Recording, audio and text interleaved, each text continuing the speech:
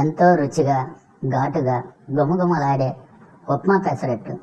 ఇది తింటే ఉంటుంది నా సామిరంగా, చెప్పడానికి మాటలు లేవు. అంత రుచిగా ఉంటుంది. చూస్తుంటేనే నోరు ఊరిపోతుంది. అబ్బా, ఇంకా ఇంకా తినాలనిపిస్తూనే ఉంది. అబ్బో, చేయి కాలింది. అబ్బో, చేయి కాలింది. అయినా తినేస్తాను. ముందుగా 1/2 కేజీ పెసలు, 100 గ్రాముల రైసు నీళ్ళల్లో 12 గంటల ముందు నానబెట్టాలి. ఆ తర్వాత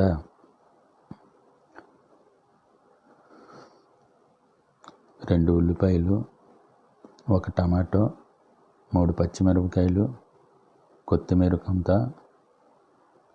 కరివేపాకు, ముందుగా నానబెట్టుకున్న పెసలు బియ్యాన్ని మిక్సీలో వేసి బాగా మెత్తగా నలిగేలాగా మిక్సీ వేసుకోవాలి. చూస్తున్నారు కదా, ఇలా మిక్సీ వేయాలి.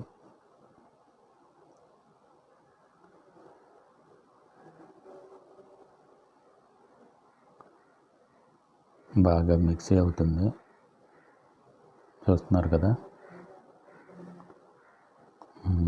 శుభ్రంగా నలిగిపోయింది. చూశారు కదా ఎంత స్మూత్గా మిక్స్ అయిందో. ఇప్పుడు దాన్ని కొంచెం కలుపుకొని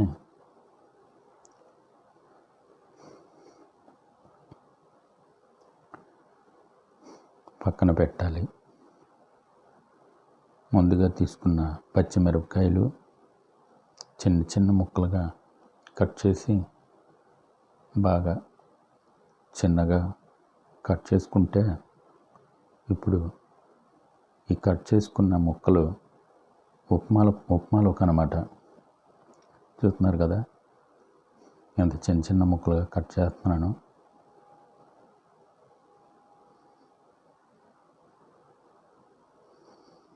ఇలా బాగా కట్ చేసిన తర్వాత ఉల్లిపాయలు తీసుకొని శుభ్రంగా పైన ఉన్న పొరలను తీసేసి శుభ్రంగా ఈ ఉల్లిపాయలను కూడా చిన్న చిన్నగా కట్ చేసుకోవాలి. ఎంత చిన్న చిన్నగా కట్ చేసుకుంటే నూనెలో వేగేటప్పుడు దీని రుచి అమోఘంగా వస్తుంది. బేగా ఉడికిపోతాయి కూడా. 2 ఉల్లిపాయలు, ఖచ్చితంగా 2 ఉల్లిపాయలు చిన్న చిన్నగా ముక్కలుగా కోసుకోవాలి.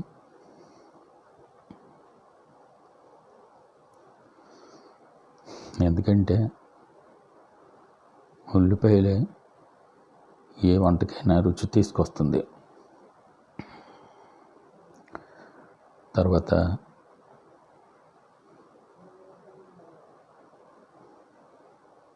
టమాటో, ఇది కూడా చిన్న చిన్న ముక్కలుగా కట్ చేసుకోవాలి. ఇలా కట్ చేసుకోవడం మూలంగా బాగా ఫ్రై చేసేటప్పుడు దీని రసం బాగా ఫ్రైకి పడుతుంది. ఇప్పుడు అల్లం పైన తొక్కు తీసుకొని దాన్ని కూడా శుభ్రంగా కొంచెం కూడా తొక్కు లేకోకుండా తీసేసి దాన్ని బాగా చిన్న చిన్న ముక్కలుగా కట్ చేసి, చూస్తున్నారు కదా ఇలా ఇంకా చిన్న చిన్న ముక్కలుగా కట్ చేసి ఈ ఉల్లిపాయల్లోనే వేయాలి. కొత్తిమీర చిన్న చిన్న ముక్కలుగా కట్ చేసి చేతితోనే కట్ చేసేవచ్చు, కట్టర్ మీద కాకుండా కట్ చేసి ఇందులో వేయాలి. కాస్త కరివేపాకు కూడా వేయాలి. కరివేపాకు కూడా వేస్తే ఇంకా రుచి వస్తుంది. చూసారుగా, ఉల్లిపాయలు, పచ్చిమిరకాయలు, టమాటో, కొత్తిమీర, అల్లం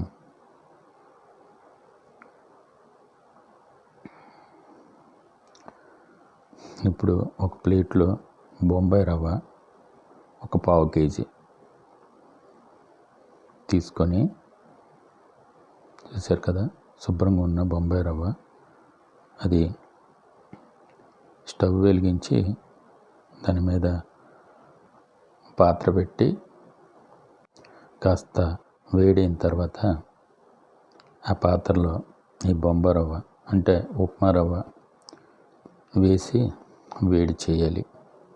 వేడి చేస్తున్నప్పుడు ఉండలు కట్టకుండా శుభ్రంగా అటు ఇటు తిప్పుతూ కలపాలి. కలిపిన తర్వాత మధ్య మధ్యలో ఉండలు ఏమన్నా కనబడుతున్నాయా ఏదో చూసుకుంటూ ఉండాలి.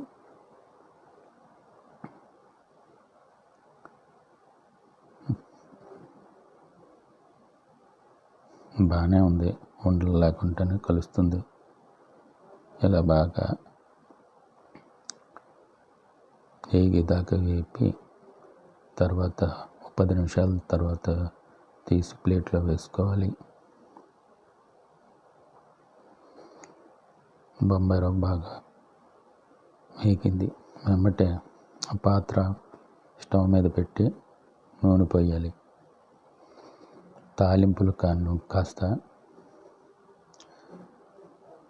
జీలకర్ర కూడా వేయాలి. 2 ఎల్లుల్లిపాయ రెమ్మలు చెదక్కొట్టి వేయాలి. కరివేపాకు,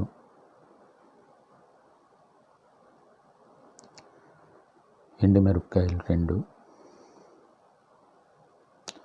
వేసి శుభ్రంగా కలపాలి. తర్వాత ఉల్లిపాయలు, పచ్చిమిరపకాయలు, అల్లం,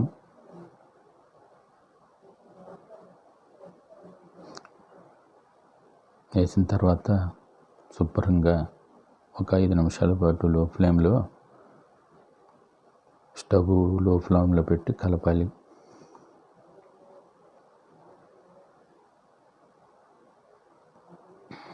మిగిలిన అల్లం ముక్కలు కూడా వేసాను. తర్వాత టమాటాలు వేసి మళ్ళీ శుభ్రంగా కలపాలి. ఇది మగ్గేంత వరకు ఒక 5 నిమిషాలు గరిటెతో కలపాలి. 2 స్పూన్ల సాల్ట్ వేసిన తర్వాత మళ్ళీ కలపాలి. చూస్తున్నారు కదా, ఇలా కలిపిన తర్వాత కాస్త పసుపు వేసి మళ్ళీ కలిపి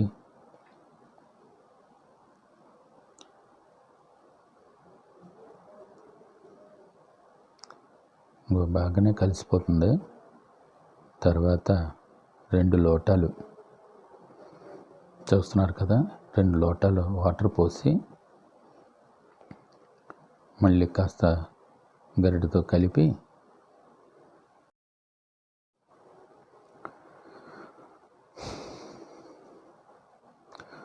మూత పెట్టాలి.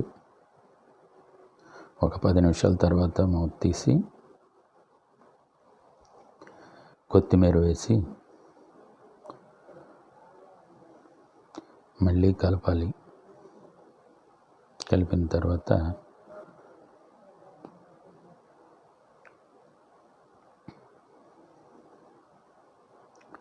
మూత పెట్టి మళ్ళీ ఒక 5 నిమిషాల తర్వాత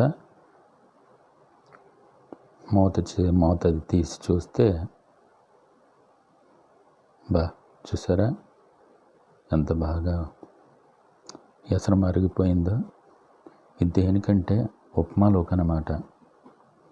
ఇప్పటివరకు చెప్పలేదు కదా మీకు, ఇదంతా ఉప్మాలోకి. ఇందులోని మనం ముందుగా బొంబాయి రవ్వని వేపి పెట్టుకున్నాం. ఆ బొంబాయి రవ్వని ఇందులో వేసుకుంటూ నిదానంగా గరిటెతో కలుపుకుంటూ ఉండాలి. ఎందుకంటే అలా కలపకపోతే గడ్డలు కట్టేస్తూ ఉంటుంది అన్నమాట.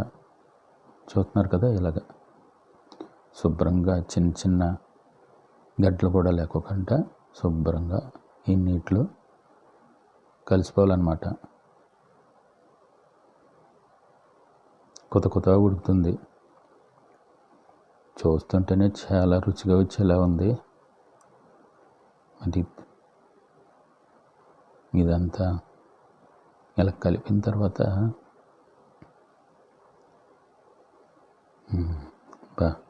బాగానే తయారైపోయింది, ఉడికిపోయింది. ఇప్పుడు అంటే పల్చగానే ఉండాలన్నమాట అది, ఎందుకంటే పెసరట్టు మీద వేసుకోవాలి కదా.